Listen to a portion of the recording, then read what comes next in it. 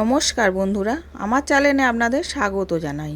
আজকে আমি আপনাদের বানিয়ে দেখাবো আমের পাটিসাপটা।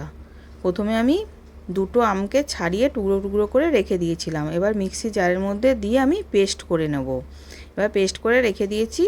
এবার একটা বাটির মধ্যে 1 কাপ ময়দা নিলাম, হাফেরও কম সুজি দিলাম, তার হাফেরও কম চিনি দিলাম, যেহেতু আমটা মিষ্টি বলে অল্প চিনি দিয়েছি। এবার আমের পেস্টটাকেও দিয়ে দিলাম, দিয়ে দুধ দিয়ে ভালো করে একটা ব্যাটার তৈরি করে নেব।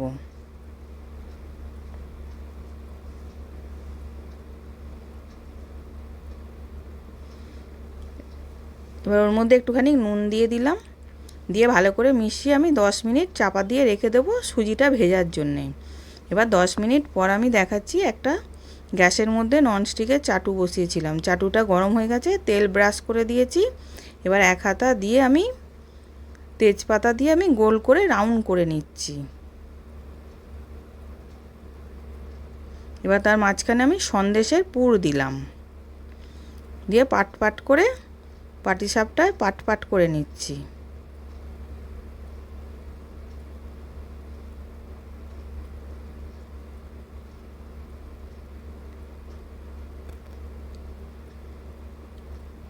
এবার হয়ে গেছে, আমি নামিয়ে নিলাম। এরকম করে সবগুলো করে নিয়েছি। আশা করছি ভিডিওটা ভালো লেগেছে। আমি হাজির হব আর এক নতুন রেসিপির সাথে।